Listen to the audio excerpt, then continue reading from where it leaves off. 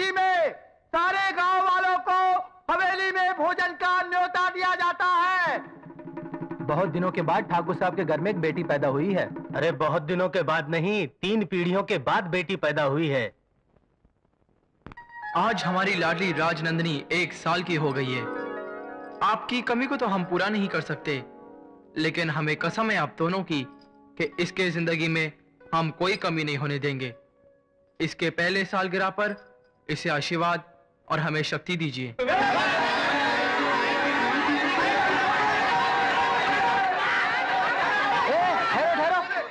धक्का मुक्की नहीं, सब लाइन में आना। भाई राजा के हाथों सबको नजराना मिलेगा।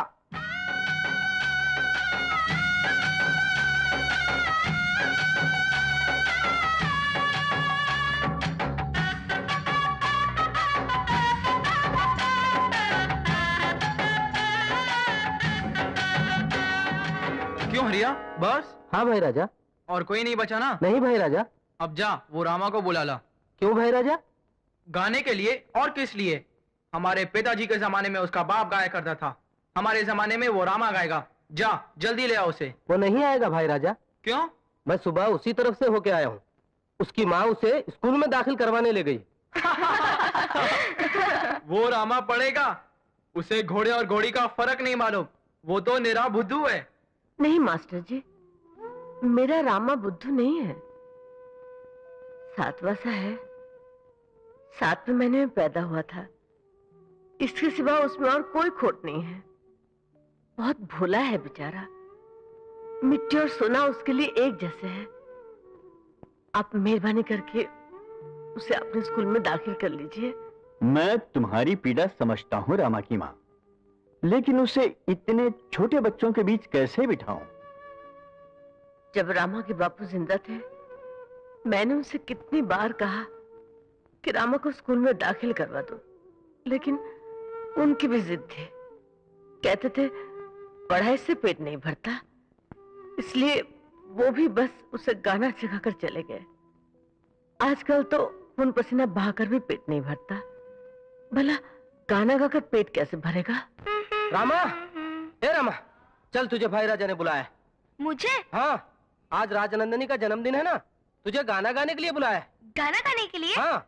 चलो चलो चल, चलो। चल, चल। देखो सावित्री बहन, अगर तुम चाहो तो हवेली की तरफ से बच्चों के लिए जो दोपहर का खाना आता है, उसमें रामा का इंतजाम भी। नहीं नहीं मास्टर जी, घर में भगवान का दिया सब कुछ है।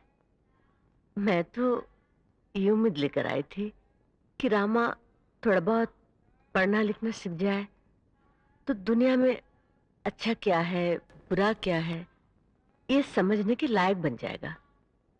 लेकिन आप भी क्या कर सकते हैं, ये तो मेरी बदकिस्मती है।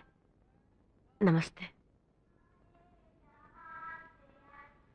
अरे रामा को तो मैं यही छोड़ के गई थी। रामा, हवेली से बुलावा आया था, वो गाने के लिए गया है। आज भाई राजा की बहन राजनंदिनी का जन्मदिन है ना। एक पति था जो गाने के धुन में मुझे रोता छोड़कर चला गया। अब बेटा है, वो भी वही जुनून में मुझे रुला रहा है।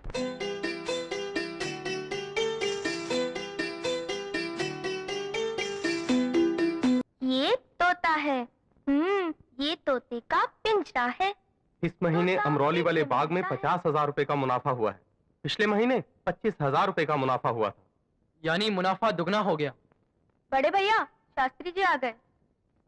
आइए शास्त्री जी आइए, हम आपका ही इंतजार कर रहे थे। आयुष्मान भव। फूलो फलो, दिन दुगनी रात चौगनी तरक्की करो। शास्त्री जी, राजनंदिनी 5 साल की हो गई है। अब हम उसे स्कूल में दाखिल कराना चाहते हैं। आपने कहा था कि जब राजनंदिनी 6वें साल में जाएगी तभी आप उसका पूरा भविष्य बताएंगे। इसलिए आपको कष्ट दिया है। आपका संदेशा आते ही मैं समझ गया था भाई राजा। राजनंदिनी बहुत भाग्यशाली है। इस हवेली के लिए उसके पांव बहुत शुभ हैं। इसके आने से आप लोगों का मान सम्मान संपदा कीर्ति सब में महान वृद्धि होगी।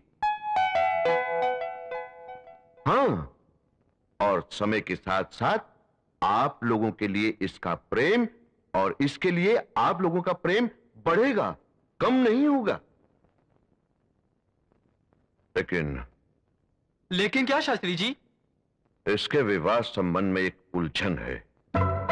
उलझन? विवाह के बारे में? हाँ, इसका विवाह आपकी मर्जी के खिलाफ होगा। शास्त्री जी, क्या बक रहे हैं आप? मैं बक नहीं रहा मजरे राजा, मैं वो कह रहा हूं जो होने वाला है। भैया, ये ज्योतिष वोतिष सब बकवास है, सब अंधविश्वास है। भाई राजा, ये मेरी ही भविष्यवाणी थी कि 3 पीढ़ियों के बाद इस खानदान में एक लड़की पैदा होगी। सो हुई। ये भी मेरी ही भविष्यवाणी थी। अपनी उम्र के 12वें वर्ष में तुम अपने माता पिता का श्राद्ध करोगे। सो भी हुआ, और अब जो मैंने कहा वो भी होकर रहेगा। क्या होगा? कुछ नहीं होगा, चले जाइए यहाँ से। मंझले राजा, मैंने जो देखा सो कह दिया। विश्वास करना न करना आप पर है। भगवान आपका कल्याण करे। भाई राजा, राजनंदिनी को स्कूल ले आने के लिए गाड़ी तैयार है। राजनंदिनी स्कूल नहीं जाएगी। भैया? हाँ, राजनंदिनी के लिए स्कूल यहाँ आएगा। और उस दिन से हवेली ही राजनंदिनी के लिए स्कूल, मंदिर सब कुछ हो गई। उसके साथ खेलने के लिए सहेलियां भी हवेली में बुलाई गईं। हवेली के बाहर एक चेक पोस्ट भी खड़ा हो गया, जिसके अंदर किसी भी पराये मर्द का आना मना था। साल में सिर्फ 2 या 3 बार नंदिनी को हवेली से बाहर ले जाया जाता था, मगर तब भी उसके निकलने से पहले एक आदमी लाल छाता लेकर साइकिल पर निकलता था, ताकि सबको पता चल जाए कि राजनंदिनी बाहर निकल रही हैं। छाता देखते ही सारे मर्द छुप जाते थे, क्योंकि भाई राजा का हुक्म था कि किसी भी पराये मर्द की नजर राजनंदिनी पर नहीं पड़नी चाहिए, और अगर किसी की नजर पड़ ही गई या किसी ने राजनंदिनी के बारे में कुछ बोल भी दिया तो उसकी सजा तय थी। और यही गलती इन अभागों से हुई। यह है राजनंदिनी का छोटा भाई छोटे राजा। ऐसी सजा दिलवाने में इसे महारत हासिल है। जल्दी जल्दी, अगर एक भी बचा बाल तो कर दूंगा तेरा चेहरा लाल। छोटे राजा, ऐसा कब तक चलेगा? जब तक राजनंदिनी की शादी नहीं हो जाती तब तक। ये है नंदिनी का मंझला भाई मंझले राजा और उसकी पत्नी सुधा, और ये है बड़े भाई भाई राजा। दोनों भाइयों के लिए इनका हुक्म पत्थर की लकीर है, लेकिन इनके प्राण इनकी बहन नंदिनी में बसते हैं। ये है नंदिनी की बड़ी भाभी मंजुला, जिसने नंदिनी को बचपन से ही मां की तरह पाला है। और ये है राजकुमारी का अंतःपुर।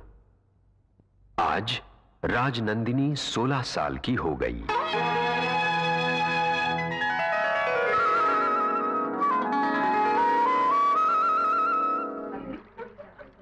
सावित्री, ओ सावित्री, अरे कहाँ हो भाई? बाहर तो आओ। अरे क्या बात है? सब एक साथ?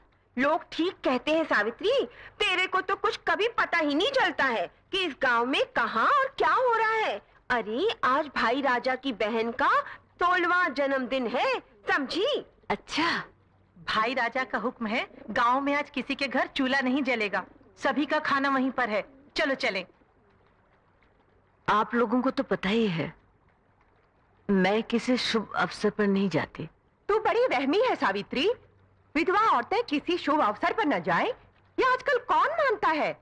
कोई तेरे जैसी नियम पालने वाली नहीं है। मेरे दुर्भाग्य की तुलना दूसरों से क्यों करते हो?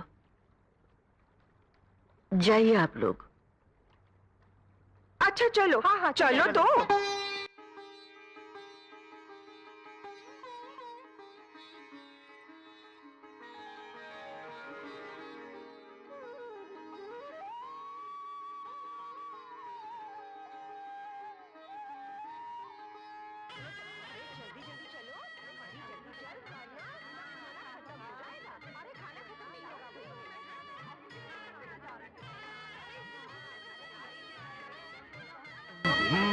वो देखो एक मर्द आ रहा है। अरे किसने छोड़ा इसे अंदर? अरे ये तो इस हवेली का बावर्ची रघु है, रघु। तुम लोग मेरा रास्ता रोक के क्यों खड़ी है बुढ़िया? ए, तूने बुढ़िया किसको बोला? अरे तुमको बोला। मेरे को? तेरे को हम बुढ़िया जैसी दिखाई देती है क्या? मेरी दिव्या भारती, तू तो मुझे कुंवारी कन्या दिखाई दे रही है। 16 इयर्स यंग लेडी। मैं तो 100 साल का बुढ़ा हो गया हूँ। अब तो मेरा रास्ता छोड़ दो मेरी पोती हो। चल जाओ। जाओ। ये बुढ़ी गुस्सा। रामा, रामा, रामा, रामा, रामा,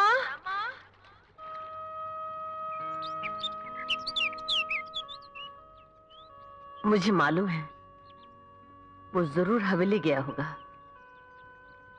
जहां मर्दों का जाना मना है, वहां वो लोग उसे इसलिए जाने देते हैं कि वो समझते हैं कि उसे दुनिया की कोई चीज नहीं मालूम।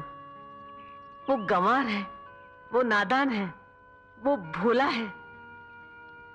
मैंने कितनी बार उसे मना किया वहां मत जा, वो सुनता ही नहीं। हे रामा, नंदिनी के जन्मदिन की खुशी में एक गाना गाओ।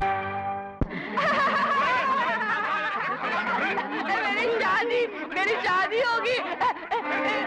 मेरी शादी कब होगी?